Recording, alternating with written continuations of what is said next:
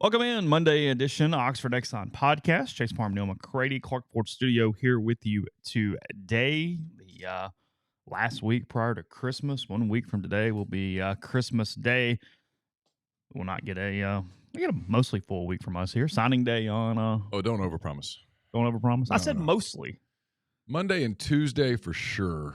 Well, we never do a podcast on signing day. Yeah. That's always been a thing. Probably not doing one Thursday or Friday. And you're ready to call it.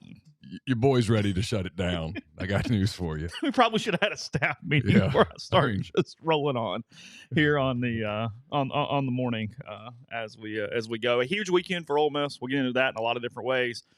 A tremendous weekend on the portal recruiting trail, on the regular recruiting trail as well, and then what is frankly kind of lost in. And I'm writing something today, and I got to the bottom of the football, and I went, oh, basketball happened too. The Rebels knocking off Cal in San Antonio. Really just dominated the entire game. It got a little sloppy there at the end. Cal pulled it back to 10, but Ole Miss led it by 24 at one point in that one in the second half, and it was never really in doubt whatsoever, frankly, from the opening tip. They shot the lights out and had a good showing there as they moved to 10-0. They are one of only 4 unbeatens left in college basketball. So all that and more coming up on the show today. Show brought to you by the Oxford Exxon. As always, all of our podcasts presented by Twisted Tea. The Oxford Exxon, up and down I-55. They're out in North Mississippi as well with blue sky options. You got Sweet Daddies all over the state. You got a lot of options. They're building their new superstore in Macomb right now. But here locally in Oxford, the lunch specials, $5.69, a couple sides of bread, any size fountain drink, and that beer cave is had a bowl game palooza on Saturday, all the bowl games. That continues into this week as well. You get so many football games, so many basketball games. Good time to sit on the couch in front of the television and enjoy an icy cold beverage. You can get that at the Oxford Exxon. Again, coming to you from the Clark Ford Studio. We are. Clark Ford is in Amory, Mississippi, 662-257-1900. Call that number. Ask for my buddy Corey Clark. Tell Corey what Ford product you're looking for. He'll send you a quote within 15 minutes in business hours. It's right to the bottom line. No hassle, no haggle. The rest is up to you. You get your quote, and you can shop it around and do whatever you would like to do with it, or you can do what I recommend that you do. Let's hop into a Clark Ford today. You'll love the product. You'll love the service. Corey, the people at Clark Ford, they want to be your car guy. They want to be your truck guy. They'll prove to you what that means when you make the call. 662-257-1900. Guest join on the Campbell Clinic hotline. The Campbell Clinic is in Oxford now, 2608 South Lamar Boulevard, Suite 102, just across the street from the cottages at Hooper Hollow. The Campbell Clinic provides full-service orthopedic care, everything from sports medicine to foot and ankle surgery to spine, total joint care, pediatric orthopedics, physical therapy, and more. To book an appointment, go to campbellclinicoxford.com or call 901-759-3111. Walk-ins always welcome at the Campbell Clinic, Monday through Friday, 7:30 a.m. to 4 p.m. A reminder, I will be heading to Atlanta on the 26th. Our coverage is brought to you by Comer Heating and Air. They left a gift for you on the table. Did you see that? Oh, is that what it was? That's a gift to you from the people at Comer Heating and Air, Southern Air Conditioning and Heating. They'll sponsor all of our Peach Bowl coverage, different names, same great products and services. If you live in Oxford, Tupelo, Batesville, that area, call Comer, 662-801-1777. If you live in Hernando, Memphis, DeSoto County, that area, call the people at Southern, 662-429-4429. So Ole Miss doing a good bit of damage. Sorry from the stream. You and Siski shows this week. Anything? We're getting asked about schedule overall. We might as well go ahead and knock that out now. Okay, so no McCready and Siski today because I'm driving to Brandon. I'll be driving most of the day, and then I'll be back tomorrow. Back tonight. We'll have a regular show, our show tomorrow, and then Siski and I will do a Wednesday evening sort of crossover HRG style show in case that's it for the week. We'll take your calls. It'll be McCready and Siski meets hand raise guys, sort of. We'll do that on Wednesday evening. It's called convergence. It is in the journalism world. That's exactly what it is. So, yeah, we'll do that. And then after that, man, I don't. That'll be it for McCready and Siski for a while. And then, not like for good, but till sometime in January. And then I don't know about Chase and I here. It's your boy's coasting on fumes right now. Yeah, I know. The tank is really empty. probably yesterday. I was working on 10 thoughts, and I would type like 2 sentences, and I'd get up and walk around. Did you really? Oh, I was just I mentally just. The good news that you've had, and I'll get to my other sentence in a second. We're just kind of hanging out at this point a week before Christmas. Is most of the pre-writes have been published. Yeah. You'd be even more frustrated right now if you'd written like 10 of those and you're just throwing them all away. Yeah, I wrote like 10, and I think eight have either been published or are going to be published. Yeah, there's 2 in there right now. You feel good about those? Yes. Okay. 100% and then 99 point something %. Yeah, I'm kind of with you right there. That's fair. Before people think we're being Richardson, the cornerback from Mississippi State, I'm 100%. Yeah, DeCameron Richardson, who played well against Ole Miss. He has a PFF grade way above anybody on Ole Miss's team from a coverage standpoint this season. I know they were not a good football team, but their secondary was pretty good. I saw them twice in person. They were pretty good, their secondary. And then Walter Nolan, of course, the one everybody's waiting on, the defensive tackle from Texas A&M. I mean, I'm not 100%. If it doesn't happen, I got some questions on what all the hell went down in the last 12 hours. I'd like to hear the story. But I mean, that's what I would like to know. And I'm not only not 100% because, and I'm not one of these people. I guess this is the advantage, right, of not being a fan. I look at this just sort of like, of course, other people are trying. Like people are like, he's the best player in the portal. Yes, they're going to continue to try to sign him. Of course, and that's their job. And then, like the stuff with Noreel White last night where people are, there was negative recruiting. Well, of course there was negative recruiting. It's their job. If there's a seed of doubt, you jump on it and try to open it wide open again. That's just part of it. It's not choir practice. I mean, it's not. I mean, okay. It's like the tampering thing. People go, there's tampering. Of course there's tampering. My God, of course there's tampering. Everybody's tampering. Y'all have even changed the word to make it sound less sinister. Pre-portaling. I mean, none of that stuff, if that stuff bothers you, get over it. I mean, literally, just get over it. Everybody's doing stuff like that. Everyone negative recruits, everyone pre-portals, tampers. And yes, when guys like Walter Nolan are in the portal, and frankly, just because he commits, if he commits today or tomorrow or whatever, that's not going to be the end of it. People are going to still try until he actually shows up and enrolls in classes. It's fair. Podcast-wise, the 2 other things. I'm going to talk to Tyler Jordan on Tuesday. We're going to kind of recap what all went on over the weekend, kind of do that from a Realtree kind of Grove Collective side, and then that will publish probably on Wednesday morning. And then I think there's a fun interview coming through that connection in the middle of the week, but I've learned not to overpromise those type of things until you know a lot more about the situation. So that is where that is. We will have a Pete's Pigskin preview. I'll probably publish it on Thursday. We taped it yesterday. I'm afraid if we publish it today or tomorrow, it's going to get lost in the shuffle. And then there's a Butcher versus the Dance Instructor Bowl preview that probably be published around the same time. We taped it on, I don't remember, over the weekend. We taped it this weekend. Okay. And every time I taped something, commitments happened. So literally. Yeah. And so as soon as I just, because Juice Wells was in the window yesterday. Yeah. And I told Pete before we started, I said, look, Juice Wells is committing within the next 20 minutes. I just got a text about it. I mean, I knew exactly what time it was coming. I knew they were feeding it to ESPN because they fed it to Schleybaugh. And so I just what is Juice's real name?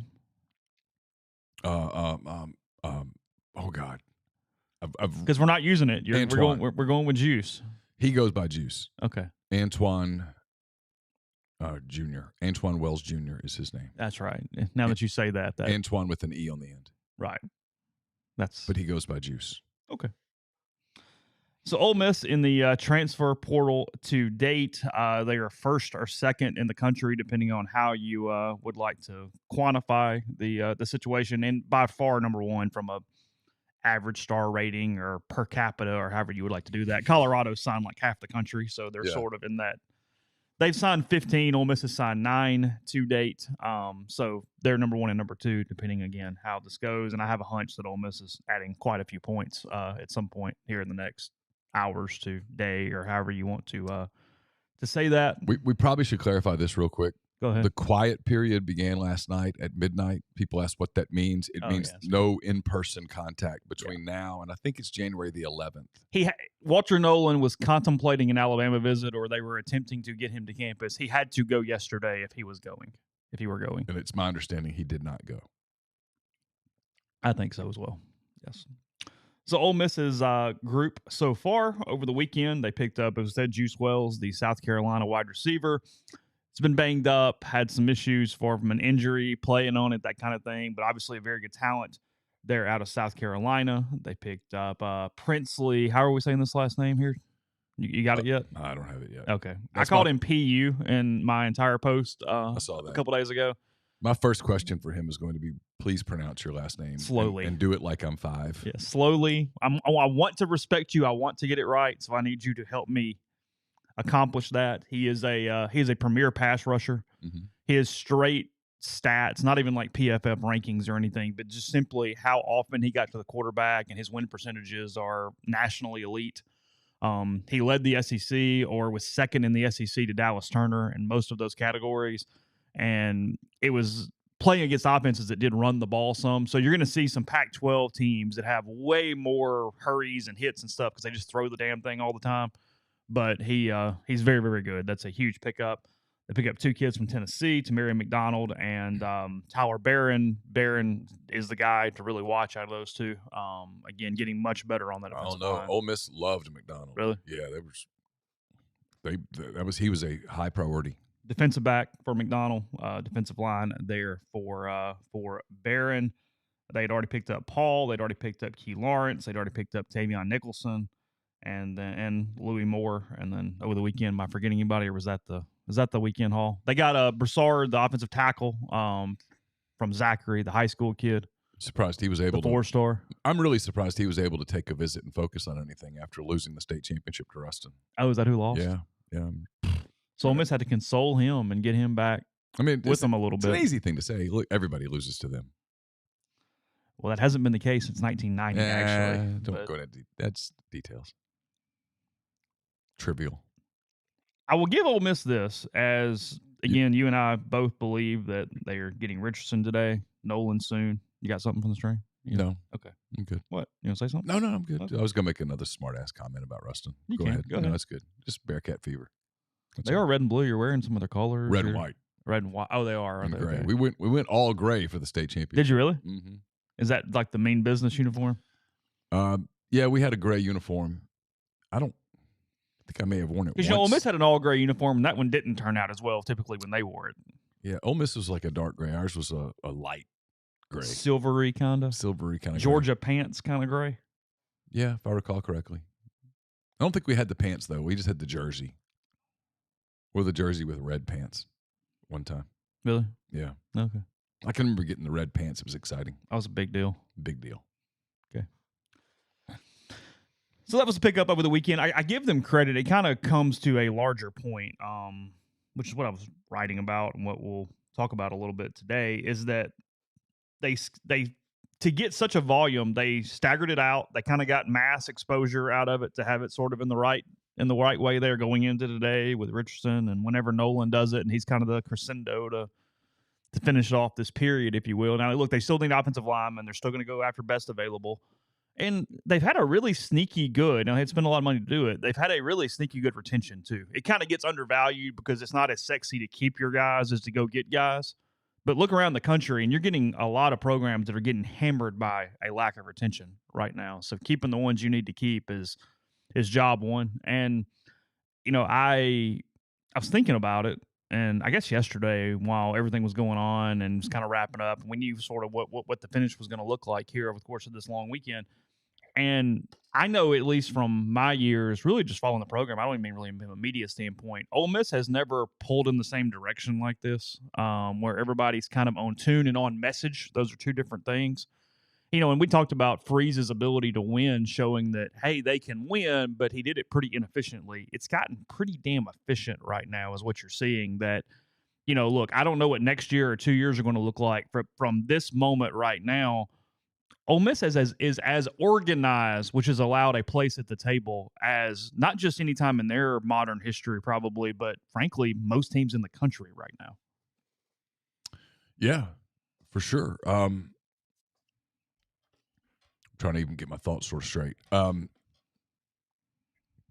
So a couple things. Yep.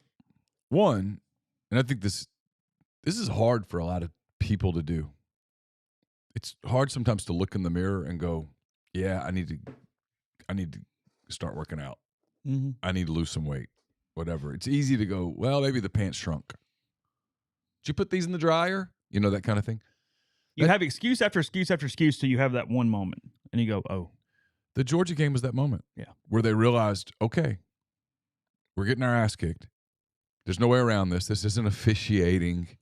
This isn't an off night. No. We could play this team over and over and over, and this would keep happening. Yeah. They're better than us up front. We're good. We're a 10-win team. Because I think that night they're like, we're going to win 10 games. We're going to beat ULM. We're going to beat Mississippi State. We might limp through it, but we're going to win those games. We're going to go 10-2. We're going either Access Bowl or Citrus Bowl. We're solid. Now, that's what elite looks like. Mm-hmm. We're not elite.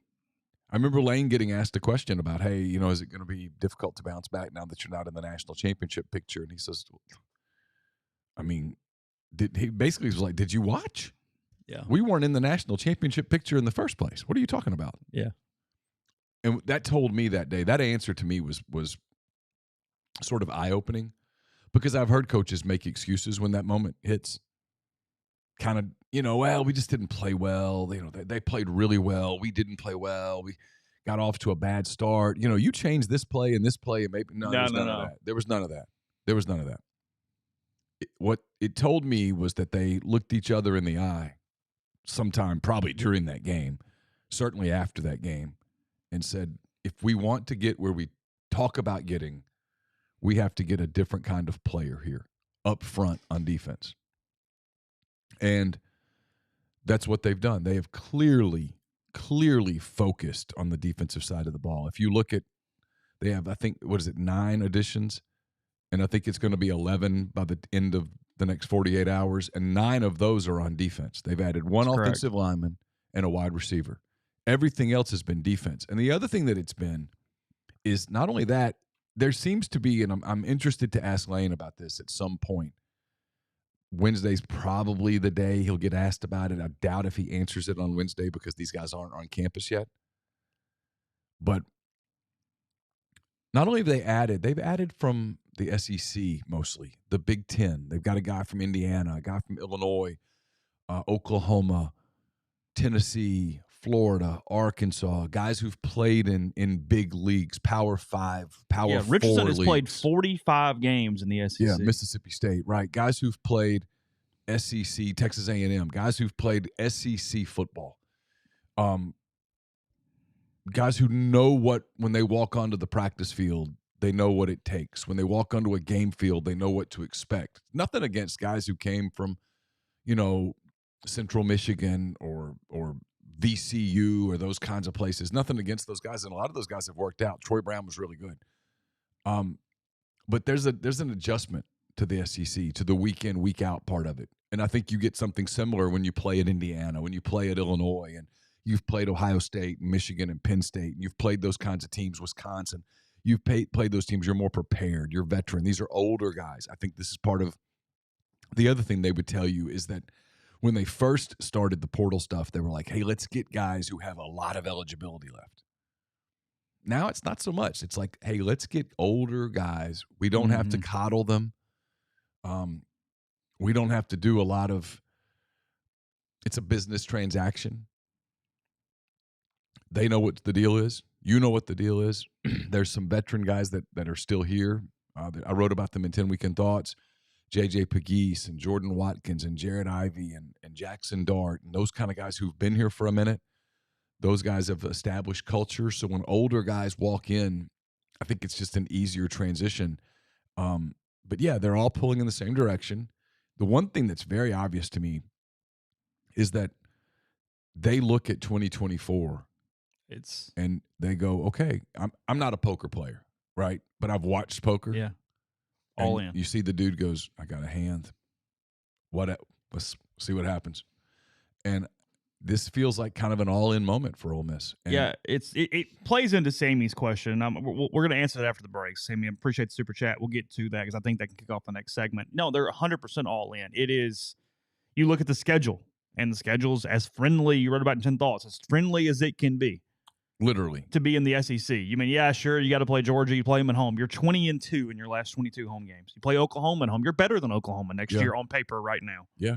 Yeah, Baton Rouge is a tough game. Sure. But like I said yesterday, there's going to be tough games. But you don't play Texas. You don't play Missouri. You don't play Texas A&M. You don't have to go to Auburn and do some weird crap. Right. You don't play Alabama, which is your kryptonite. It's a great schedule. And there's 2 bye weeks. So it doesn't matter as much as you got those 4. And Florida is going to be like a skeleton by the time you go to Gainesville in November. A skeleton now. I mean, there's not an option when you play in the Southeastern Conference to go, okay, what we would like is a schedule. 12 cush games. We'd like a schedule that has no difficult road games. Yeah. Well, that doesn't exist. Yeah. So they only have one game that you look at from a scheduling standpoint and go, okay, that game at LSU, it's a hard place to play. And LSU will be talented. I know that. Of course. I know that they lose their Heisman quarterback. I get it. They will. Anybody that thinks it's a very difficult game. Anybody that thinks LSU is going to be a bad football team, you're out of your freaking mind. They'll be very talented. They'll be very good, and he's a very good coach. And that's a difficult place to play. It'll be a tough game, and you got to bring it when you go down there. Period. And you're probably 6-0 when you head down there. That being said, today, if you made me pick LSU and Ole Miss, even if you put the game in Baton Rouge, I probably kind of pick Ole Miss. The only game on the schedule next year that when I look at it, I go, that's probably an L. It's Georgia at home, because Georgia hasn't lost a regular season game in 3 seasons. I mean, they are. I know they just lost to Alabama, and people are trying to do the see it's over. Yeah. Stop, shut up. They're immensely talented. That will be a very difficult assignment, but you get them at home, and you get them after learning a lesson, and you'll play them presumably with a much bigger defensive front, better linebacker play, and probably a completely different secondary. Now, look, there's still work to do. You just mentioned this. Ole Miss's offensive line right now is not good enough to win a national championship. It's just not. Okay? It's just not. So they've got time to work on that. They've got the rest of January. They've got the May portal period. I'm told they want to add 4 linemen. Offensive linemen aren't going for the prices that defensive linemen are going for. It's probably doable. Up front, that's where I think they're more careful. Up front, they want to make sure they get the right fit.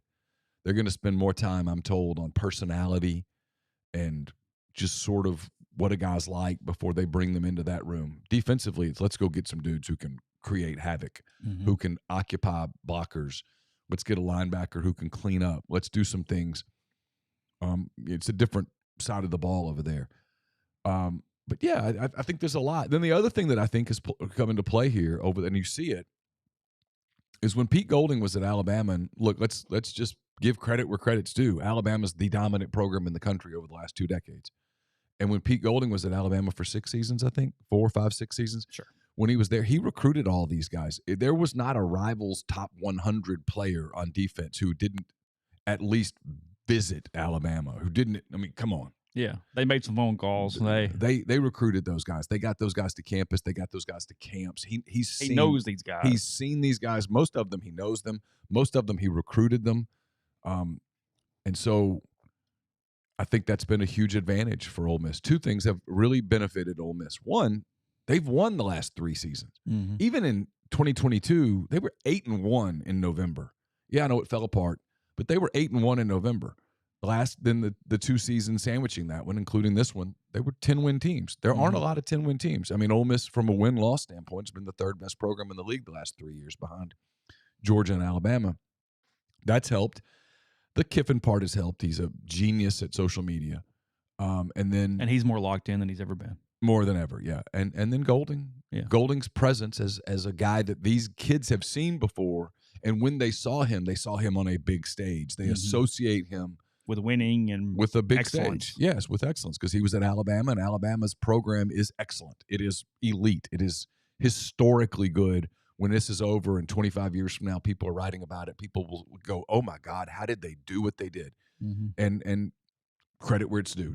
You have no choice but to go there the best. And Golding was there for a long time, and I think all of those things have played in. And then I think the other thing, and I'm being long-winded here, I know, but I think this is the big part for Ole Miss is, for whatever reason or reasons, two programs in this league outside of the two big boys, two programs in this league have figured out the portal, figured out NIL, and literally maximized it. It's Ole Miss and Missouri. Mm-hmm. And you see it. Yeah, it's already bearing fruit. I mean, the fact that we just said, hey, one of the breaks for Ole Miss, and I can tell you that Missouri says the same thing. One of the breaks for Ole Miss is they don't play Missouri next year. Missouri looks at their schedule and goes, hey, no Ole Miss. That's good. Yeah. We got Alabama, but no Georgia, no Ole Miss. Okay. Yeah. I mean, if you're looking at your schedule and you're Eli and you go, hey, you got to play Arkansas or Ole Miss, I'll play Arkansas. Thanks. Sure. Yeah.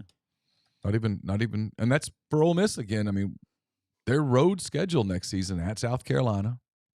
Okay. I mean, you got to play at Florida. I just don't see it. At Arkansas in November. LSU. I mean, in as late October, early November. I mean, they play Arkansas and Florida on the road late. By that time, the odds are those seasons will have imploded. Mm-hmm. And I know that's a long range thought, but yeah, I know that's a place that historically Ole Miss has not played well at all in Fayetteville. But frankly, if you don't win in Fayetteville next year, you don't deserve to play in the playoff. Yeah. And then the LSU game, and then the home schedule. I mean, it's super winnable. You get Kentucky at home; they're fine. You get State, Georgia, Oklahoma. State and Oklahoma, and I mean, Oklahoma's lost their entire offensive line to the portal. Oklahoma has not figured out the portal. Lost their quarterback. They've not figured out NIL the way that you would think Oklahoma would figure out NIL. Mississippi State, I don't anticipate them being a very good football team next season. And then you get Georgia, who will be a very good football team, obviously. Yeah. Several more things on that. We'll get back to Sammy's Super Chat and more. Before we do that, tell you at the podcast is brought to you by the Ole Miss Athletics Foundation. It's getting close to the end of 2023. Still a few days away to make year-end donations for tax purposes. Call the foundation. They'll walk you through their philanthropic giving initiatives, whether it's the Vault Society or Empower. Both initiatives give you a tax-deductible way to support the Champions Now campaign. If you're working on estate planning, call for the foundation and discuss Forever Ole Miss. For more information on that, 662-915-7159, give to athletics.com. And remember, Peach Bowl tickets on sale, OleMissTix.com. We're brought to you by Dead Soxy. If you need stocking stuffer ideas, something for the boss or Secret Santa, maybe you just want to treat your own feet, take advantage of incredible savings with Dead Soxy's Holiday 2023 sale. Head over to deadsoxy.com, promo code Rebel Grove, get 33% off. Happy holidays from Dead Soxy. I'll have a post-game column on December the 30th. That's brought to you by Tommy Morgan Incorporated Realtors, Whitney McNutt of Tommy Morgan Incorporated Realtors. If you're searching for residential or commercial properties in Oxford or Tupelo, contact Whitney McNutt for amazing professional service and support. Contact Whitney at tmhomes.com or 662-567-2573. Are you retiring soon? I should say this. I mentioned 10 Weekend Thoughts. It's brought to you by us, Andrew Seago with Seago Wealth Management. Are you retiring soon? How long should you wait to take Social Security? Are you already retired? Should you consider Roth conversions? These are just some of the questions that can only be answered with the personalized retirement income plan. Andrew Seago with Seago Wealth Management specializes in helping folks just like you come up with their retirement game plan, whether you meet at his house, at his office in Collierville, I should say, or prefer Zoom from anywhere. Oh, my bad. See, I'm not on my game. You get schedule a free discovery meeting, see what they can do for you at rebelsretire.com. Again, rebelsretire.com. A-Stock is a Nashville-based online retail company with the mission to provide customers the power to name their price. All items start at just $1. That's right. Every item starts at just $1, no matter what the retail value may be. Shop now at astock.bid. That's ASTOCK.BID, or download their app and name your price on thousands of items from big-name retailers. A-Stock has multiple locations around Nashville, as well as Memphis, Indiana, and more coming soon that offer local pickups, so don't miss out. If you're looking for last-minute gifts, if you're looking for Peach Bowl gear, you can get that at the College Corner. CollegeCornerStore.com is the place to go. They have 2 locations in the Jackson area, 1 in Oxford as well. So, again, if you're looking for your Peach Bowl gear for the big game or just some fan gear for the fan in your life, go to CollegeCornerStore.com. Podcast is brought to you by Prime Shrimp, primeshrimp.com. Maybe you have some already in your freezer, great for the holidays, great for dinners when things are a little busy. Got a lot of stuff going on right now, lunch, protein snacks, or incorporate them into recipes. Got a lot of different options, including some of my favorite, the signatures, the New Orleans style barbecue. They got the soy coming here soon, more of an Asian type of flavor there with Prime Shrimp. So they can deliver directly to your door. Pick some of your favorites or get a little bit of everything. We're going to help you out by doing that. You can use code RG. That's code RG with primeshrimp.com. Buy 5 pouches or more, and you get 25% off. Again, that is code RG with primeshrimp.com. That is soy ginger, by the way, on the flavor there with Prime Shrimp.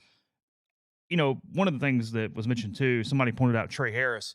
Yeah, he didn't play at an SEC school, but on that offensive side, they want maturity. And when they really loved Trey Harris was getting him in the room and seeing that he mattered and seeing that they thought that he would be somebody who would buy into the culture and buy into what they were doing, especially in that wide receiver room, that passing room, that kind of thing from an offensive side. So Elaine has talked about that while they liked him, it was actually in the room that made the difference for Trey, not just what he could do on the field. And then now you see that because he came back. I mean, you know, they're starting to get invested. Sammy says, Merry Christmas, gentlemen. Merry Christmas to you, Sammy. Appreciate seeing you every day. NIL opinion, what we're spending on this 2024 team, should that be the year? It should be expected to be the yearly budget, or is this a window? So you're just going for it now? It's definitely a window to go for it now, but that doesn't necessarily mean it can't be the other either. This is slightly educated, but Walker has not told me this. They're definitely going all in because it's right here in front of you. I mean, as we just said, we pointed out all those reasons. But here's the thing with, you know, what we learned from Newton and Einstein and people, momentum keeps going until something stops it. If you win a ton of games and you gamble on that and do it, the coffers are probably going to be okay moving forward too, because people really like winning. They like being involved in the process too. And that's what Ole Miss has done so well, is involve everybody in the process. I mean, look, you know, are you buying a defensive back with your whatever it is per month? Probably not, but you're invested, you're dedicated, you're in this mix that all collectively does, no pun, purchase things and get things moving in the right direction. So I think it's a gamble, but it's a very easy to do gamble where you just believe this is the method to go year to year to year to year like this. And as long as you don't have some really big clunker, people probably are invested and willing to do that to some extent. I mean, that's what we're seeing. It's back to Neal's argument on, is everything broken? I mean, Ole Miss fans are looking at it right now going, hell, we're getting everybody we want. What's the problem? I'm in. Sure. If you're winning, if you're in, hey, whatever. Cool. You think this works. If you're a Dodgers fan today, you love it. It's all great. Did you see where their 2040 payroll is already at $84 million? Yeah. Between Freeman and Betts and Ohtani?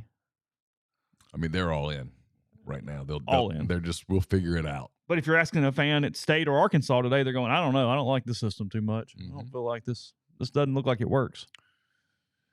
Yeah. Well, I mean, at all these places, they're either going to figure it out or they're not, right? I've pissed off a bunch of people in football circles, I have discovered over the past few years. I'm not minimizing what you did before 2020. If you were a dominant program, congratulations. You've got banners, right? Put them up. It just doesn't matter now. And I think starting now, it's more year to year than it's ever been. And maybe that will change down the road. I don't have a crystal ball. I hear like the guy at UCLA had a big thing about Chip Kelly. Yeah, come on, dude. That's not happening. That's not happening. All the media said it was a great idea. Just listen to him, and it's cool. Well, because most media are socialist. Yeah, just sounds good. Most media are socialist. So what he proposed was socialism. It ain't happening. If you want to win at the SEC level, you've got to figure this NIL thing out. How you maintain it, I don't know. You know, but nobody knows yet. It hasn't been here long enough. That's my point. Just go win, and we'll figure it out. That's tomorrow's problem. It's a blank canvas. Yeah, that's not today. You know, does Ole Miss lose a lot off the 2024 team? Yeah, of course. Will you have to come up with a lot of money to redo it? Yeah. 100%. Is it going to happen? I don't know.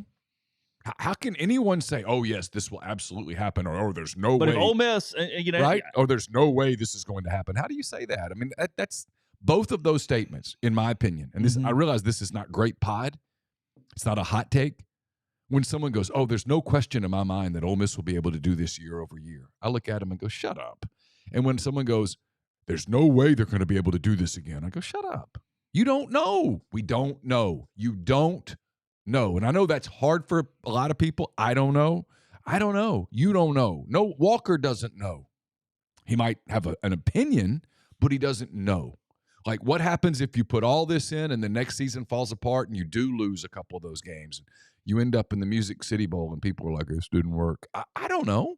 What happens if you go 11-1 and you host a playoff game, or you get a bye and you end up in the national semifinal? Do people go, oh my God, this was amazing, I'll give more? I don't know. Are we going to have a recession? I don't know. What happens in the presidential election? Does that impact what people do? I don't know. How can you possibly know? So just go today and see what happens. How committed are donors to process above all else? Because, look, I don't know if it's going to work, but I'm telling you, it's the only way it can work. Yes. So you have to decide. Yeah, there's no question about that. There's no question the other about side that. ain't working. Yeah. So to me, it's why you see this vitriolic reaction from Mississippi State right now. It's not because it's because deep down, those people over there, the ones that are talking, they know that they can't do this. You get a different reaction from like Kentucky, South Carolina, Arkansas, those kinds of programs that go, whew, we're way behind, but Ole Miss and Missouri are giving us a blueprint. We got to figure out. We got to figure out how to follow it. That's exactly what. And then there's schools, and I've talked to people at all three of those schools. They'll tell you that. And then there's schools that should be able to replicate it with much less trouble, and they just can't quit stepping over themselves. It shows you who has such dysfunction inside their boards and their admin. You know what I mean? It makes it really clear on who needs all the credit and has to do these things and has different ideas and how nobody works together. Because, I mean, you're seeing that at a lot of schools right now. I mean, look, they're going to finish. They finished the regular season 12th in the country. Oklahoma clearly is a really good program. Venables has done a good job. I've got to eat some crow on my thoughts on him, but they're not that well organized given their perceived potential right now. It doesn't look and feel right. Mm-mm.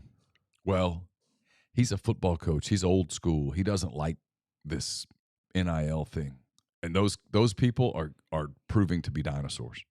It doesn't work.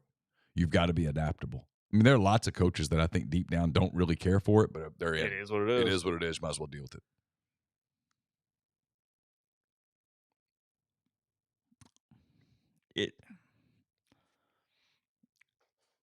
What's even interesting too is see how you budget and raise between now and that post-spring period. You got another one of these coming. Mm-hmm. More guys are coming out. Like, how much are you using now versus later? Are you back into it? Or I think you use now, and you deal with just them. Figure out. Yeah, you get what you can get now because there's no guarantee. Because you see what's there. Yeah, there's no guarantee that the guys you think will get in and may get in and may. Things might get smoothed over by then. Again, I go back to my comment about like the negative recruiting. Guys that are on campuses at schools where they're going to try to keep those guys, they have 4 months to recruit those guys. They're going to do everything they can to keep them. So there's no guarantee that the guy that you think is going to enter the portal enters the portal. BWL says, what were the things that Ole Miss did so well that got out in front of other collectives? And Brian's got a story coming out soon that hits on some of the stuff, but it's several things. It's, as we said, they hit it from a lot of different tiers. Ole Miss has obviously businesses like Realtree that are very committed from a corporation standpoint. They have some high net worth individuals that are much more committed than maybe at other points, at least in this process, than you would have expected, where they probably weren't going to go pay for a bunch of illegal recruiting in some ways, but the NIL makes it a little more tenable for some people. Makes it less tenable for some people, but it makes it a lot more tenable for some people. You have a really good marketing push right now. And then, it's one of the credits to Liston was they got so organized so early. Yes. And had such the correct blueprint on here's how this needs to work that, even from a contract standpoint, there's been a lot of other collectives around the country that have just taken Ole Miss's contract and used that as a blueprint. They were really early, adaptable, cutting edge on exactly the way things needed to be structured. They got some legislative help from the Mississippi legislature. They did a lot of stuff like that to put things in place where they didn't trip over themselves. They didn't really fight about it. Once it became the Grove Collective being the primary entity that was pushing this forward, they did a lot of good stuff, and it's kind of paid dividends all through this to this point. Yeah, I think all those people that William especially deserves a ton of credit at the beginning. Because you're just going, hey. Because there were a lot of people around the country, smart people, who thought this isn't going to really happen. And they just kind of pushed it to the side. I mean, come up with whatever analogy you want to. Like, you need a roof. You kind of know you need a roof, but you put it off because it's expensive. It's going to be a pain in the ass. And then before you know it, you've got problems. You really need a roof. And now you really need a roof, and you're behind. And the roofers are putting roofs in everywhere else. They can't get to yours for a while. And yeah, it's that. Ole Miss acknowledged quickly, okay, this is the landscape. Let's figure it out. Yeah. Serve Pro never had to come in the house. It's where having, and then let's be real. Let's be honest. Yep. Kiffin flirted with Auburn pretty hard. He did. That ignited things last year. And people realized one of two things. Okay, if we're going to keep this guy, we're going to have to do this. And if he leaves and we want to be competitive, we're going to have to be more competitive here. Let's be honest. Yeah, sure. That was huge. The fall of 2022, that from the moment Brian Harsin was fired and the Lane Kiffin to Auburn stuff kicked out, the NIL thing here got super serious. That's what got it rolling. And it really hasn't stopped rolling since. If we're going to be honest and tell an honest story, there it is. It's a big part of it. People were going to be... A lot of fundraising done in those 10 days. They fought to keep him. And had he left, they were going to be so pissed off that they were going to be like, we'll show you. That's reality.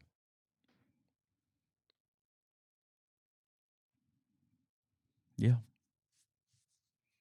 But no, closing the thought, Sammy, what's it exactly look like next year? I don't know. But Eric, thank you for the super chat. He says, if you gave Lebby truth serum right now, how do you answer the question, what's your 5-year plan? Win enough to get out and go somewhere else. Yeah, win enough to get out. Go 8-4, get a job offer, and go. What would you set Ole Miss is over under at in Vegas? 9.5? Yeah. I'd set it at 9.5. You'll get a lot of action under on that just because of the name. Yeah, sure. I think I'd bet over. Lane, to this point, as you've said, has one stupid loss.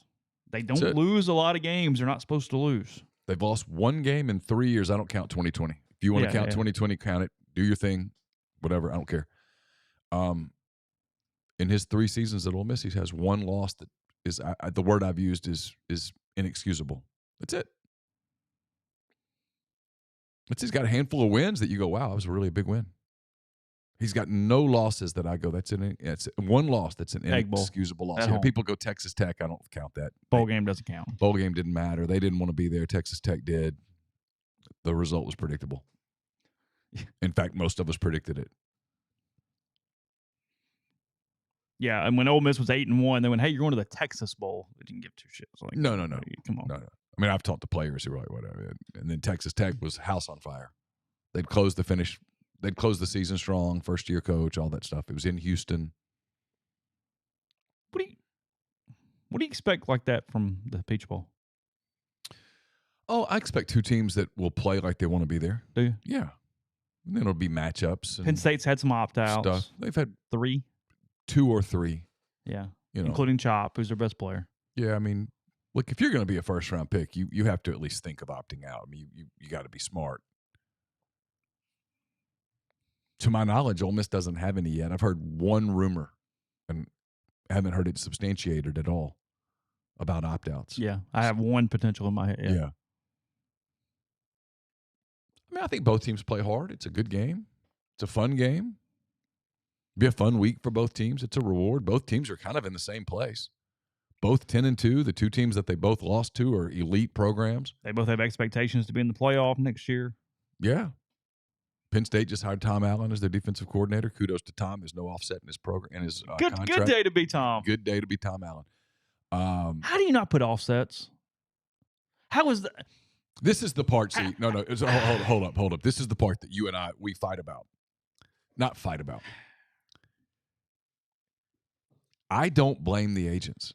I'm not blaming the agent. I'm blaming the administration. Then we're on the same page. How do you look at that contract and go, "Oh yeah, Jimmy, looks good"? Hold on, whoa. Hey, Jimmy, I'm gonna need you to refer to page 8, paragraph 4. Got a little issue here.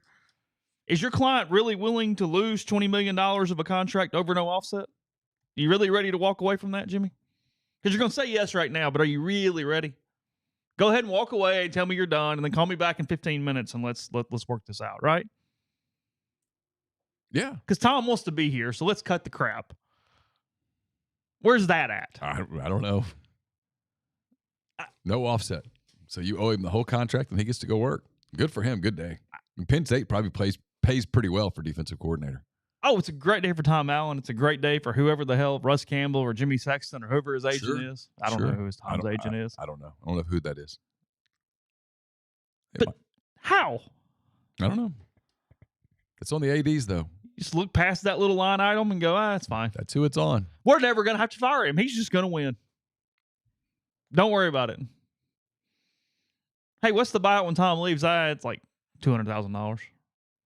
What's the buyout when you fire him? That's $18 million with no buyout. Oh, hold on. What? Hey, if your agent gets you that deal, you thank your agent. Oh, you're sending him the biggest ham possible for Christmas. You don't have to send him a ham. He already got 5%. He's good. What do you think Jimmy gets for Christmas from his clients?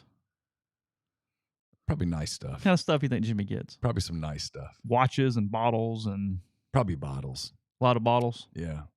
I'm guessing Jimmy can buy his own watches. He's probably pretty hard to shop for at Christmas time.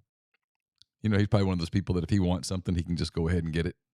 He doesn't have to wait for the gift cycle to roll around. Okay. Birmingham Rebel says Russ and Patrick, great job, guys. Hell of a job. Yeah. They're very good. He did a wonderful job. Patrick's an Ole Miss guy. Hell of a job.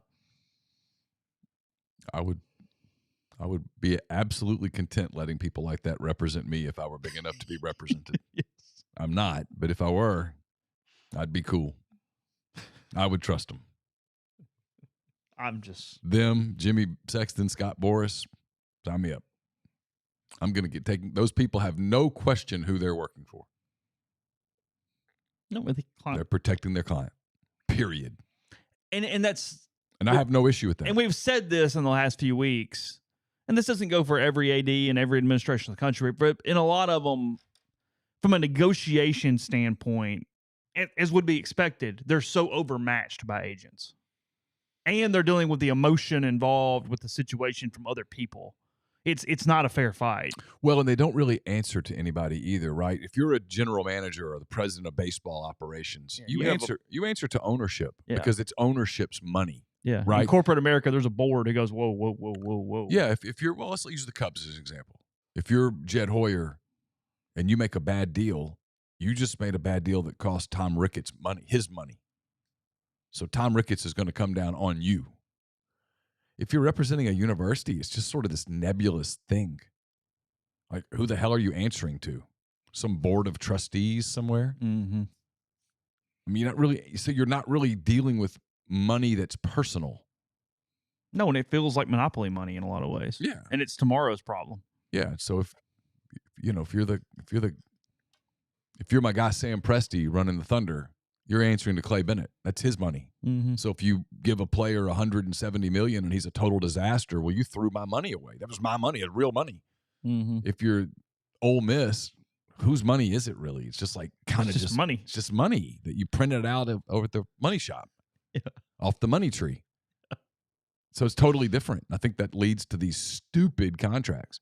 But I get mad. I push back. It's one of the things that really bothers me. It's a pet peeve when they go, Jimmy Sexton's ruining college football. I'm like, no, he's not. No. Unless Jimmy Sexton walks into the meetings with a AR-15 pointed at the guy's head going, if you don't put this offset in, you're never seeing your family again. And I think if that happened, we'd hear about it. Yeah. I don't fault him. if he absolutely bends over an AD and just spanks him right there in front of everyone, okay, it's on the AD. I don't blame Jimmy at all. None. Zero. It's not his job to look out for the best interest of the SEC or the University of fill in the blank or the betterment of the sport. As stupid as that. That's an idiotic statement when people do it, frankly. It's obnoxiously stupid. That's a big golf thing. You got to look out for the game of golf. Yeah, shut up. No, his job is very simple. Get the absolute best deal for his client. John Rahm's agent was not worried about protecting the game Nor of golf. should he. John Rahm's agent should be looking out for the betterment of John Rahm and nothing else. Not the future golfers, not the tour, not the game, none of that. Nope. John Rahm. Yeah. Period. 100%. This is who I'm working for him. Yeah. And if he could get $300 billion more, he should. John, are you cool taking the Saudis' money? Yes. Okay, that's it. That's okay. it. That's it. Okay. If you say no, then we'll go that route. Yeah. That's cool. Let's get as much of it as we can. Yeah. Podcast brought to you in part by G&M Pharmacy and Tyson Drugs. It's in Oxford and Holly Springs. Let you know they're offering the full line of vaccines, including the high-dose flu shots for patients over 65. They typically give the standard dose to all patients. They highly recommend the 65 and up patients come get a high-dose flu shot from them. They also have the RSV vaccine, anyone who needs that protection. Those are by appointment, which makes getting in and out super easy. Just give them a call to schedule, 662-236-2222 for G&M in Oxford, or 662-252-2321 for Tyson Drugs in Holly Springs. We're brought to you by Argent Wealth, formerly Pinnacle Wealth, Argent based in Ridgeland, Mississippi. They've got clients in more than 20 states. They provide detailed, specialized investment management, financial planning, retirement planning for individuals and businesses, and much more. At Argent, investing is treated like a commodity. Decisions are made using objective information and research, not emotions. So regardless of your level of wealth, Argent will sit down with you, listen to your goals, study your expenses, put forth a comprehensive, detailed financial and retirement plan built just for you. To learn more, go to myargentwealth.com. We're brought to you by John Edwards, Regency Travel Incorporated in Memphis. John is part of Virtuoso. It's a worldwide network of travel partners that allows him to supply his clients with added values, unique benefits simply not available to other travelers. John traveled the globe for 37 years before getting into the travel business. He knows the extra attention that's needed to make a special trip one that creates a lifetime of unique memories. So get in touch with him. Give him some parameters. Give him a budget. He's going to give you options that you're not going to find on your own. 901-494-3387 or send him an email, jedwards@regencytravel.net. OPA is Oxford's newest Greek restaurant on the square. It's a perfect place to plan it's probably a little late for a Christmas party at this point, but your company dinner, festive party event. They can accommodate up to 200 guests. Fabulous food, great craft libations as well at OPA, 601-421-7147. Ask for Jeannie, and you can find out about catering or booking information at that point. We'll have picks up to you later this week. That's coming probably Thursday, I think is the plan, to get that published Thursday morning. It's brought to you by Service Specialist Staffing and Recruiting Agency. They've been connecting great job opportunities to candidates since 1967. If you are on the job hunt, whether you're seeking an entry-level position or you're a seasoned professional, they've got opportunities across the board in multiple fields. What they do is they get to know you. They get to see your strengths, see what you're looking for in your next career move, and they help you find it. It's always free for the candidate, so you've got nothing to lose.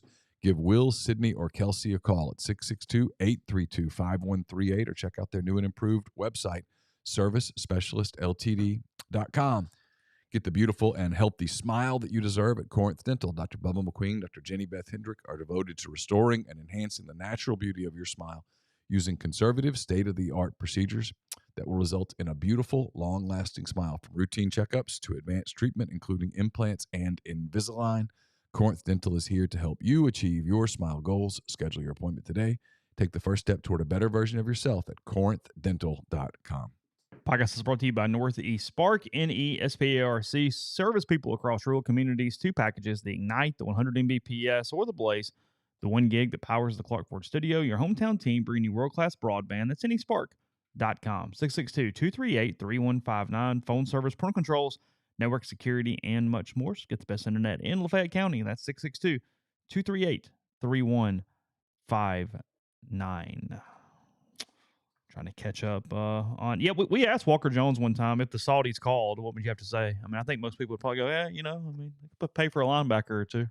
Just, you know, I don't know what the line would be to how much branding would you need here, but probably have the phone conversation, not be completely against it. You'd have to listen. Yeah, there's several donors footing a lot of bill here for the Rebels right now. Yeah. They have some big donors doing big things, and then they have the community part that you just discussed. Nothing. No, it's not. It's everything. Monthly feeding in here. Everything's real. It is. I was perusing for a couple different reasons the Texas A&M message board yesterday.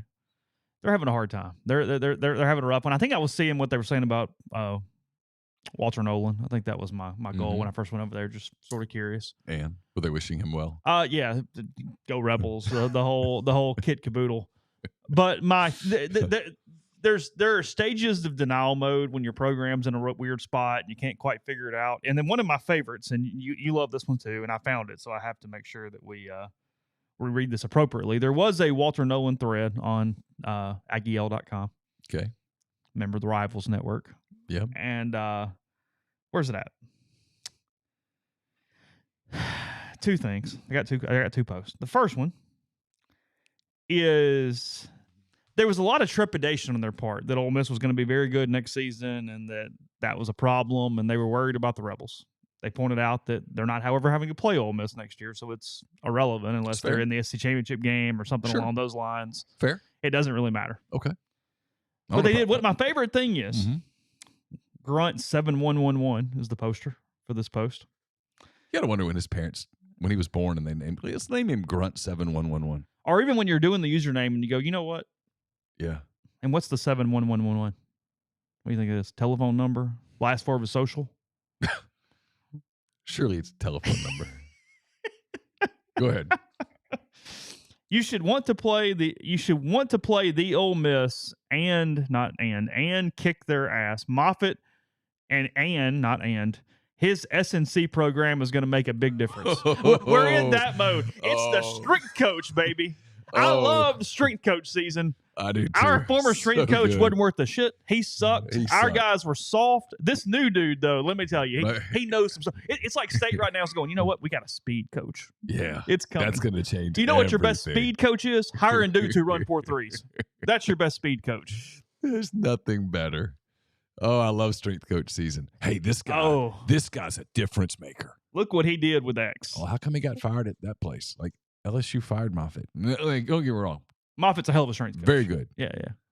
But I'm not a hell of a strength coach. Okay. If you give Moffitt 100 average athletes, he's gonna have a hard time. And you give me 100 great ones, I'll figure it out. We're gonna win. We'll get in the weight room. I'll come up with something. I'll figure it out. Yeah. I don't know. I'll call some people, get some stuff. We'll go. And then my other... He probably will be better at making an average athlete better than I would be better at making an average athlete. But you give me the elite athlete, we'll figure it out. He could train you, and he'd take some time off your marathon. There's no doubt about that. Sure. But he's not going to But you ain't beating the Kenyans. He's not turning me into Usain Bolt. No. You're not beating that cat that just ran whatever the other day, ran like 2:02 or whatever. I mean... No, can't even imagine. No, most people can't stay on the treadmill when it's going at that guy's pace. Like even for miles. 1 minute. Yeah. Yeah.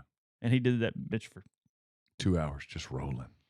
They look like they're not moving either. That's what gets me is like they look like they're just kind of sauntering. No like strain a on their 9-minute face at all. And their face looks just completely calm and placid, like they're in meditation somewhere. The other one, there's never been a more pot and I get my hyperbole there. I mean it. Pot meat kettle situation ever. As TAMU_fan did point out, Ole Miss is pulling in some big time talent, maybe a playoff contender next season, contender for the SEC title, and then he gave an expletive because he was unhappy about this move inside the conference. And Wick, W-I-C-K, is his username. He says, or they could be the Mets or Yankees of football. And what are you? You bragged about spending $30 million on a signing class to go 7-5, 8-4. What the hell did they just do? Who? A&M. 7-5. 7-5? They play in the Texas Bowl here soon. Well, it's close. I can save some money on accommodations. It's in Houston. Almost a home game. What do you think they'll go over the whole week? They'll have to go over whenever. They'll be there Christmas Day or whatever. With the steak eating competition yeah, and the whole deal. They'll have to go do all that crap. The 10 that are left. Who are they playing? It's another Texas school, isn't it? Oh, is it? It's a Battle of Texas. Is it? I'm Is not it like TCU or somebody? something like that. It's in the picks thing. I haven't gotten to I that. picked the game. I can't remember who I picked. I put a lot of effort into Neal's picks this time. Did you write more than 2 sentences on any game? Maybe 2 games. Not much. How would you have done on Saturday had we picked those games? I have no idea. You don't? I did not see one down of football. They play Oklahoma State. Okay. I picked Oklahoma State. I feel like I did care. too. Yeah, I actually have picked that game. I think I would too. I think that's right. See the kid, Rich Rod won his bowl game. Jacksonville State beat Louisiana in their game. Rich did a great job this year at Jacksonville State. He really did. The kicker that won the game winner had never kicked a field goal in a college game before. Is that right? Their kicker had like opted out or something. I think I saw this. Oh, okay. How about that? Yeah, something like that. That's pretty cool. Sure. It was neat. I have no idea who played this weekend. I just didn't see it. I was busy. Well, I told you I had it. For some reason, I had bad bowl games on instead of anything else. I didn't even know there were NFL games. I was watching bad bowl games because I was oblivious to anything else that was going on around me. I was working recruiting on Saturday. I had Bengals Vikings on. I was watching. Who was it? It was the game in Atlanta. It was 2 big name teams, and there was nobody there. And then I watched the Ole Miss basketball game that night. I watched the Thunder Saturday night, which was It was the awesome. other game to Kentucky and Carolina. Those teams were also in Atlanta, and it was whoever the other game was. Kentucky-Carolina was a really good game, by the way. Shocker. Both those have a shot later when it gets to. Yeah. Yes, it was Jacksonville State's first bowl win ever. They're new to the league. Yeah, I'm excited for Rich. He did it. Yeah, that class grind says that A&M paid all that money for. They're 12-12. And most of them are gone. Didn't work. The Ohio-Georgia Southern game. Do you have any idea what the score was on Saturday? No clue. 41-21 Bobcats. Oh. They beat Georgia Southern. Jacksonville State won 34-31 in overtime. Okay. Over Louisiana Lafayette. Louisiana Lafayette going 6-7. App State beat Miami of Ohio 13-9. Okay. App State has like the 5th most wins in FBS since they joined. Yeah, they've FBS been steady in like 2014. Yeah, they've been steady. It's like Alabama and Clemson way up here, and then like Georgia, Oklahoma, Ohio State, App State, somewhere in there. Fresno State just beat the hell out of Jerry Kill and New Mexico State on Saturday, 37-10. The Bulldogs there over New Mexico State. All right. UCLA beat up on Boise State pretty good. That other quarterback played really well for Chip Kelly and his Bruins. And Boise was playing without their quarterback too, right? Because Were they? He transferred. 35-22, and then in the nightcap, Texas Tech just rolling in these shitty bowl games. They hammered Cal in their bowl game, 34-14. Oh, okay. In the Radiance Technologies Independence Bowl. Oh, Shreveport. Nothing. The good news for them is that at least you don't have to lose your Christmas to Shreveport. Get it over with.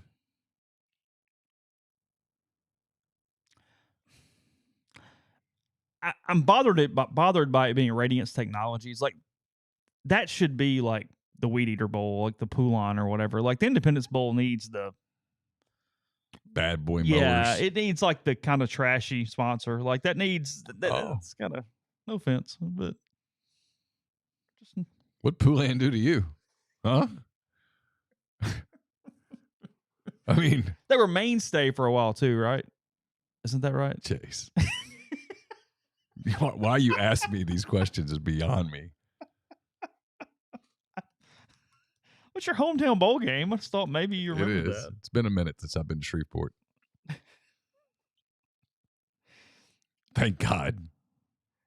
The Independence Bowl sponsors. Radiance Technology since 2020. Okay. Walk-ons from 2017 to 2019. No issue there at all. That makes sense. Remember that. Camping World, 15-16. They moved up. They did. Duck Commander in 14. That was the West Monroe. Yeah. Yeah. That's fine. Whatever. Sure. Advocare from 2009 to 2013. Oh, you remember Advocare? Is that still a thing? I don't know. Now, that's pretty scammy. Think that was a bit of a pyramid scheme? Yeah, a lot. Petra Sun, I don't recall that. 2006, 2008. Mainstay, 2001 to 2003. Okay.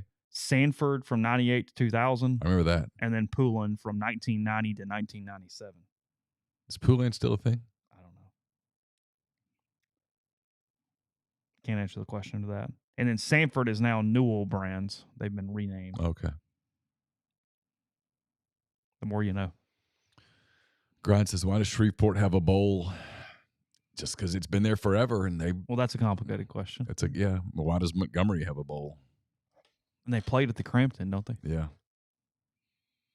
Is that a reward? Well, maybe, hey, if you get out of there, you won. You know what I mean?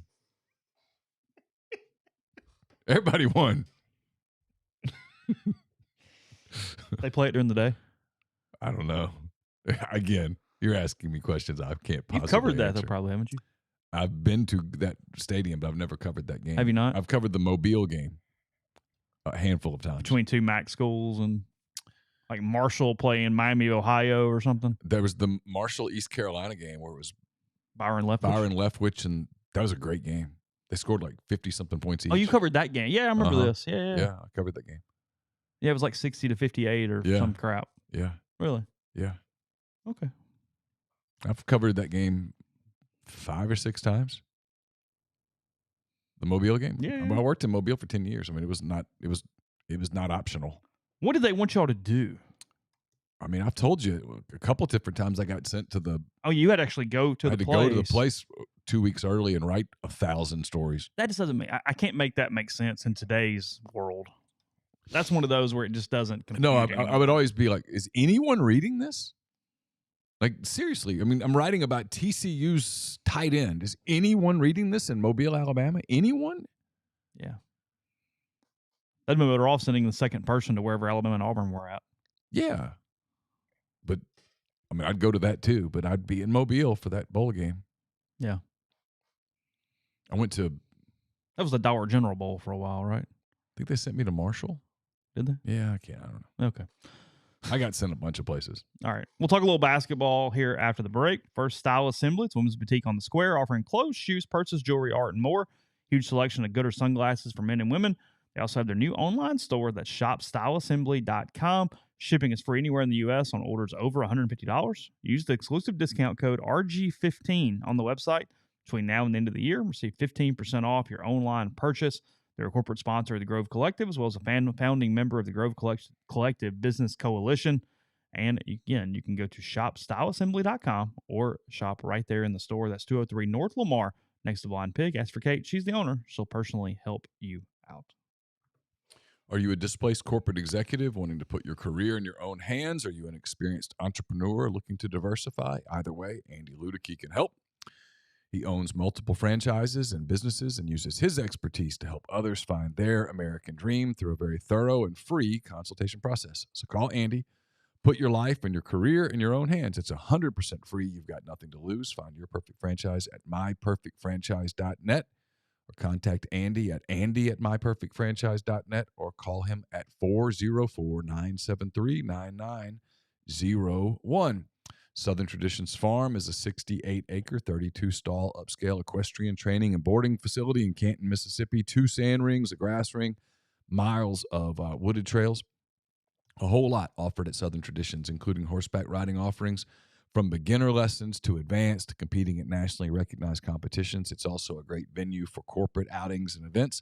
So get in touch with them on Facebook or Instagram at Southern Traditions Farm. I told you about Pete and our taping Pete's Pigskin Preview. That's brought to you by Riverland Roofing. Would you like some peace of mind knowing that your roof is taken care of? Whether you need an inspection, a new roof, or a maintenance program, Riverland Roofing has you covered, home or business. As a GAF Master Elite Contractor, they can offer warranties that last a lifetime. Licensed and insured, Riverland services Mississippi and its surrounding states. So text or call Riverland today at 662-644-4297.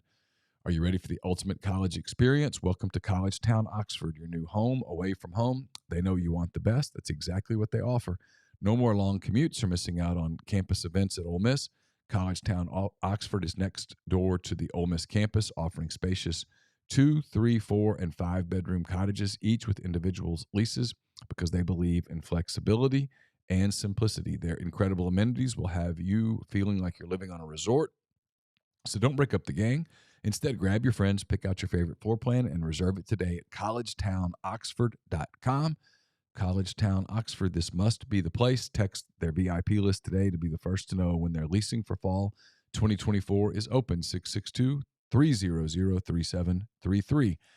And I'll have a mailbag up to you on Wednesday that's brought to you by Art Hayes of Sotheby's International Realty. Are you thinking of making a move? Put the power of Sotheby's International Realty to work for you.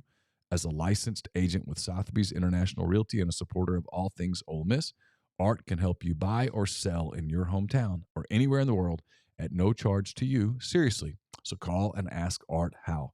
612-805-5929 or email Art at arthur.hayes, Hays, at lakesmn.com. Ole Miss plays Troy tomorrow night, 6 o'clock. Rebels and Trojans at the Pavilion. So is it a 6 o'clock tip? Yeah, I think tomorrow's 6. Oh, sweet. Yeah, I think that's right. Good job. Now you're making me question myself, but I'm pretty certain on that. That sounds too good to be true. I'm going to find out if that's actually the case. You're good with the 6, not the 7? Makes a lot of difference. More than good with it. I'm like elated with it. Yeah, you can check. Well, and I'll hit some more basketball tomorrow. We'll look at some metrics and different things. Computers still not really liking the Rebels, but they keep winning again. They're liking them more. They are a little bit. Up into the 60s now. Yeah, Ken Palm has them 90 still.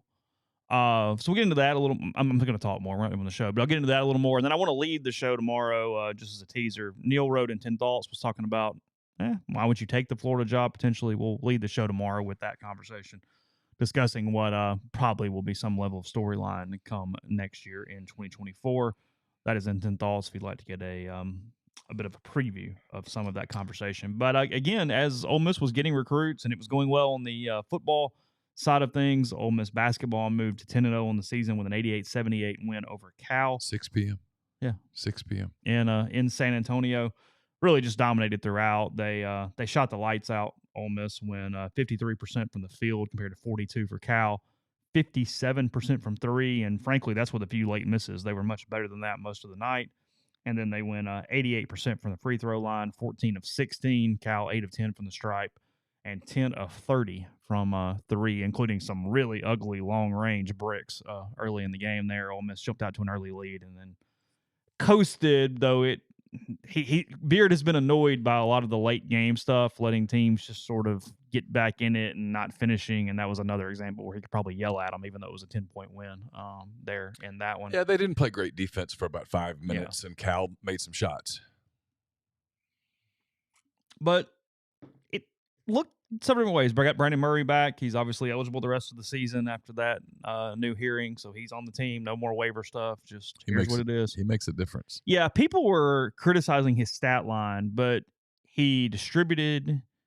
He gives them another point guard preference option. It was his first game. Gives them real length on defense. He's going to score. He lets them play some lineups where they're very switchable. Yeah. For people who don't watch a lot of basketball, you want as much switchability as possible. And sometimes when you have a center who doesn't move very well and you have a small point guard, you aren't particularly switchable. He gives them more length when he plays with Morrell and Flanagan and Brakefield. That's a really switchable lineup. And when they play with Cisse, they switch 1 through 5. That's big. The calling card for this team's always going to be defense. He's going. You could tell he hadn't played in a while. He's going to be all right. You cannot emulate and simulate game action in practice. It cannot be done. No matter how good of a coach you are, and Ole Miss has a damn good one, you still can't do it. Games are different than practices. So give him a minute. So yeah. It's like Cisse hadn't played in a while and is coming off of an injury, and he has no touch on his shot yet. No, offensively, he's searching. I mean, but it's getting better. Even though a couple of the misses he had the other night, the shot looked better. It's just going to take a minute. It's they hit shots, and when you hit shots, it's the equivalent of when you really lock in on baseball and they go, wow, they really came to play. And they had hits or they hit shots. But they made the extra pass really often on Saturday. They distributed. They did a lot of stuff that looked right on the screen when you're watching that game. Well, like a year ago, and I hate doing this because I know what it sounds like. And I get it. And I don't mean to do that. But a year ago, Ole Miss really asked Matthew Morrell to create his own shot. Or that's what it looked like from my vantage point. And I don't know that that's Matt's strength. This offense creates good looks for Matt, and he's knocking them down. And he's much more comfortable. He's playing a completely different kind of basketball. It's And so you're seeing like why people thought he was going to be such a good player out of high school, because he's not being asked to create. Not as much anyway. The same for Jamin Brakefield. The offense is coming to him in spots where he can make shots, in spots where he can play. And what you're seeing offensively with a few guys is that they're playing with more confidence because they're getting better looks. And it's like anything else. It's why I always laugh at shoot or shoot, man. Yeah. But when shots don't fall, after a while, you don't want the shooter to shoot anymore because he's thinking, I'm not going to make this. I'm nervous I'm going to get taken out. These guys, it's the opposite. They're making shots, and as they make shots, you start thinking, oh, that felt good. I'm going to do that again. And you play with confidence, and those guys are knocking shots down, and they're shooting the three ball just exceptionally well right now. And compared to where they started the season, those first couple of games, you went, oh, God, how are they going to score? And then they've figured it out. I mean, 3-point right now, they're 23rd in the country offensively on the 3-point shot, and they're 16th in the country defensively guarding the 3-point shot, which is a little luck, but they also extend and they play you out. No, they're very good defensive. I agree with what Grimes says here in the chat. He says the best quality that Ole Miss has shown is that it can win in multiple ways, which is a sign of good coaching. I completely agree with that. We don't know yet, right? They've played 10 games. Now they have a really big win over Memphis. Memphis keeps winning big games, and the win over Memphis looks better and better and better. They beat Clemson over the weekend. Day. Yeah. I mean, Memphis is good. I told you that day. You watch Memphis, and you're like, that's going to be a good team. Cal's 3-7. We can spin that a million ways. Well, they're the best 3-7 team in the – okay. Yeah. They beat a bunch of bad teams early. They got to win over NC State. NC State's not exactly gangbusters. Yeah, Tennessee beat NC State by 9 in the same tournament or whatever the hell it was. Here's the part for me, and I wrote this yesterday in 10 Thoughts. They kind of look like they're starting to look like a tournament team. We're going to find out they're going to play 18 SEC games, okay, and they're going to keep scoring all of them, and they're going to keep a total of W's and L's And this team's not going undefeated. They're going to lose some games. They're probably going to lose a couple of games in a row at some point. How they kind of bounce back from adversity. They've kind of everything that could go right for them so far has gone right for them. They'll eventually get some adversity, and how they overcome that will be part of their story. But they're starting to look like a team on the court that could play in the tournament, especially on nights when Jamin Brakefield gives them offense. When Brakefield gives them offense, that is a tournament team. Now, Jamin has not shown that he can consistently do what he did against NC State, what he did against Cal the other night. He has games where offensively he doesn't show up. Because he hit those 2 early threes and just got hot and got confident and played within the system really well. I mean, you look at the 2 returners right there. Morrell goes for 19, only 6 of 9 from the field, only shot 9 times. 4 of 6 from 3, hit his first 4, started 4 for 4 from 3 in that game, and then Brakefield goes for 27. 8 for 11 from the field, 5 of 7 from 3 for Brakefield. In that one. Now, look, they have to get better rebounding the basketball. Yeah. They are giving up so many extra possessions. I mean, they're horrid at rebounding. They don't catch the ball. Cal had 16 offensive rebounds or something crazy like that. That number's too big. They had a bunch, though. 16. 16 offensive rebounds.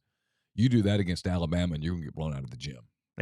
Cal out-rebounded Ole Miss 39-32, but had 16 offensive boards. Ole Miss had 6 offensive boards. They're not catching the ball. It's hitting their hands a lot, and they're not securing it. It's not good. No, it's something I'm sure he's worried about it because Tennessee looms, Auburn looms. Auburn beat the brakes off USC yesterday. Now SC's bad, but they are. With 7 top 100 players on their team out of high school. Basketball's a chemistry thing now. Mm-hmm. You can put an all-star team out there and get beat. There's one ball. I mean, you have to have people that understand their roles in basketball. Jalen Murray went for 14, and then Flanagan went for 12 to finish it off for Ole Miss on that one. Flanagan's presence has just been such a game changer. You can tell that he has played a lot of big basketball. Because he did. He played for 2 really good Auburn teams, including that team that was I think that was a 1 seed with Jabari Smith and Kessler. Yeah. He played a ton of minutes with those guys. You can just see it. He's played in big environments. He's calm. He's confident. Look, this is a good team. I'm before anybody thinks that I'm talking them down, I'm not. I'm not going to be the guy that goes, they're going 13-5 in the SEC based on what they've done in the first 10 games of the season. But Ginger made a good point. All they've done is play 10 games. It's impossible to be better than 10-0 right now. And there are teams in the league that are good teams that have had clunkers and lost. Yeah, I mean, you get more credit for winning the game against the crap team than losing the game against the crap team. Yeah, I mean, so because that kind of happens. Like there'll be a team that goes 7-3 so far right now, and they're like, "Hey, they're really good." It's like, well, they lost 3 games they shouldn't have lost. I mean, they go, "Well, Ole Miss barely beat so and so." Well, they did win. I mean, yeah. Again, ball was in the air, but it didn't go in. The committee won't do that. Oh, the computers don't like them because they haven't had a lot of game control. I get it. I get why the computers don't like them. It's why I don't look. We talked about this last week. I think like Lenardi and those guys put out brackets. I mean, anybody that takes the bracket seriously in December, you're. But Ole Miss will be ranked in the AP today or tomorrow, whenever the hell that comes out. I think it's today. Yeah, they'll be ranked. Yeah, they'll be 23rd, 24th. Ole Miss, Houston. It's Ole Miss, Houston, Oklahoma, and James Madison. Yep. Because I saw Isaac Ukwu pointing out the 2 of his schools are among the 4. Yeah. Yesterday. Yeah. For Mr. Ukwu. He was tweeting a lot yesterday, and I was trying to, because I'm so conditioned for recruiting and social media to have I told Walker one day, I feel like I'm just trying to read hieroglyphics every day when they put emojis out and figuring out what they mean.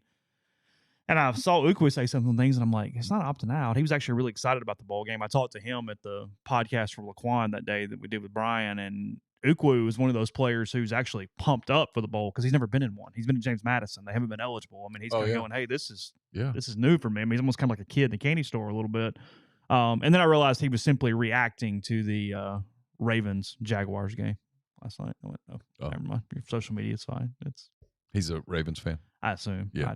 That was the best I could tell with that. It was actually it's a clunker of games yesterday for the NFL. It was maybe their worst overall regular season day in a long time from a competitiveness storyline standpoint. They had a lot of bad games yesterday. I saw a little of Dallas Buffalo, and that's about all I saw.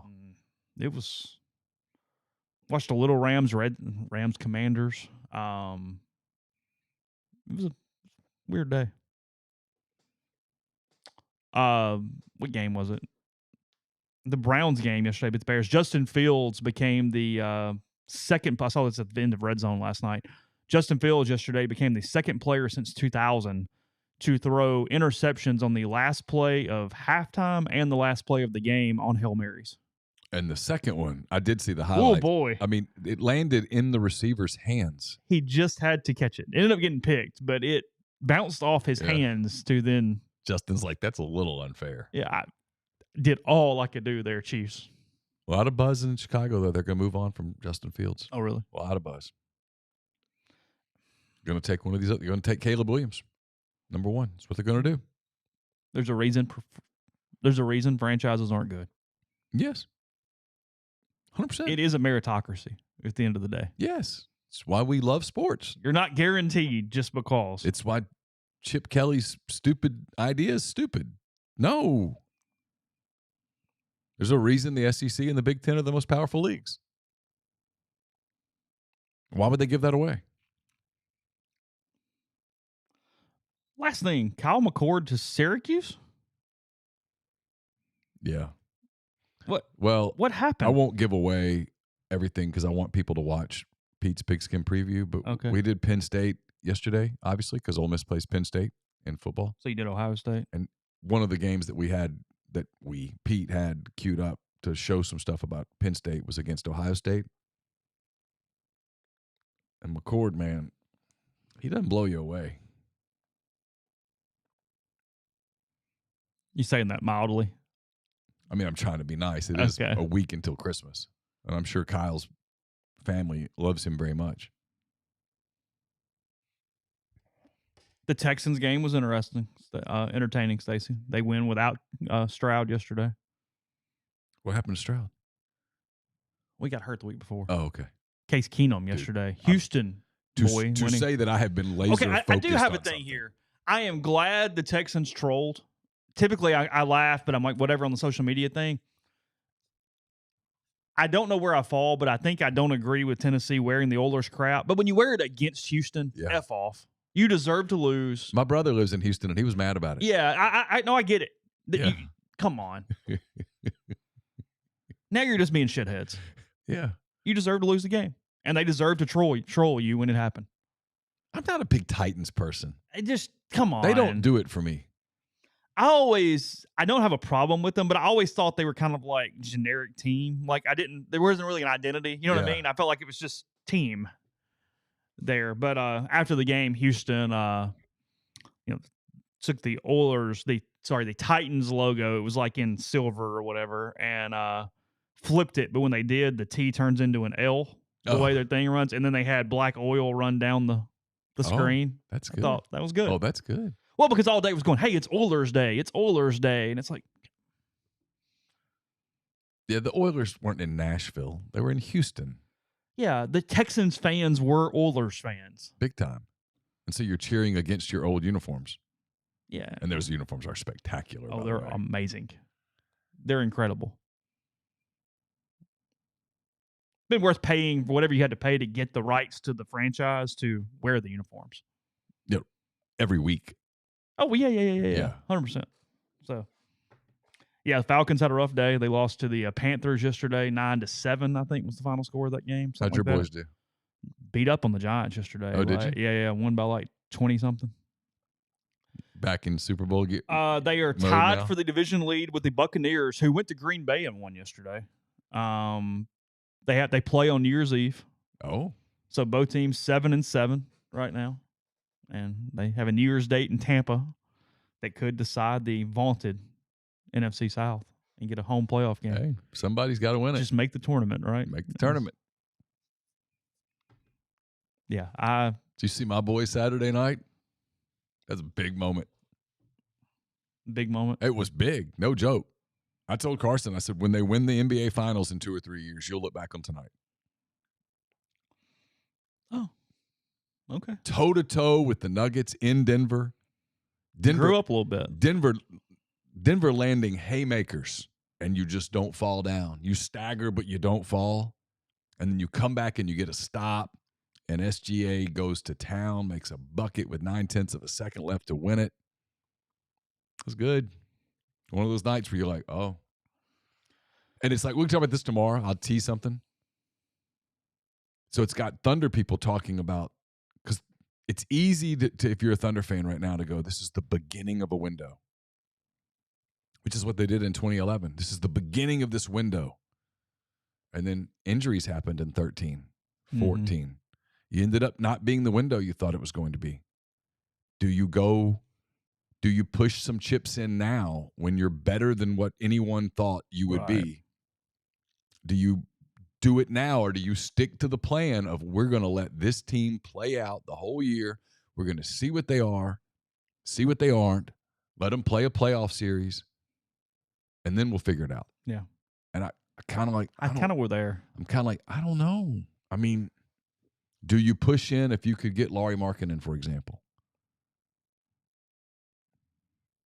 Who? I love Lauri Markkanen. So Lauri Markkanen? Who? Utah Jazz? Nothing. Great European player. You could be saying John Doe right now. I have no idea. 7-footer. Stud. Okay. All-star. No idea. Now you know. I know how you feel when you talk about golf. No idea. No clue. And you're like, this guy. I'm like, I wouldn't know him if he sat down right there. Interesting stat from Bobblefish there. Baker Mayfield, the first ever visiting quarterback to have a perfect QB rating in Lambeau. Oh, yesterday. Here's the problem: is Derek Carr does what he continues to do. He can't win any game that really matters. He completed 20. He was 23 of 28 yesterday for 218. I think 23 completions for 218 yards. Wow. I mean, you're just not getting downfield at No, all. that's the NFL. How about Jake Browning? How about that? I remember when he was a dude. Well, they own his rights. Yeah. I mean, he's raising his trade price dramatically. He made some plays in that game. With Chase going down, just him and T. Higgins, like, hey, let's, and the pass to Boyd, that was big time. That was interesting. Yeah, the quarterback thing is fascinating inside the NFL right now. So we have more NFL tomorrow. Again, I want to talk some college football, some Kiffin stuff tomorrow as well. Then we'll take a deeper look at Ole Miss basketball prior to their date with the Trojans tomorrow at 6:00. The Rebels have 3 games remaining in the non-con prior to that trip to Knoxville. They play Southern Miss at the Mississippi Coliseum on the 23rd, and then Bryant, I think, on New Year's Eve. New Year's Eve at 3:00. Okay, 3:00 New Year's Eve. If anybody wants to cover that for us, let us know. We can make that happen. Bryant and Rebels in that one. So appreciate everybody. Big crowd today. We appreciate you, and we'll talk to you tomorrow.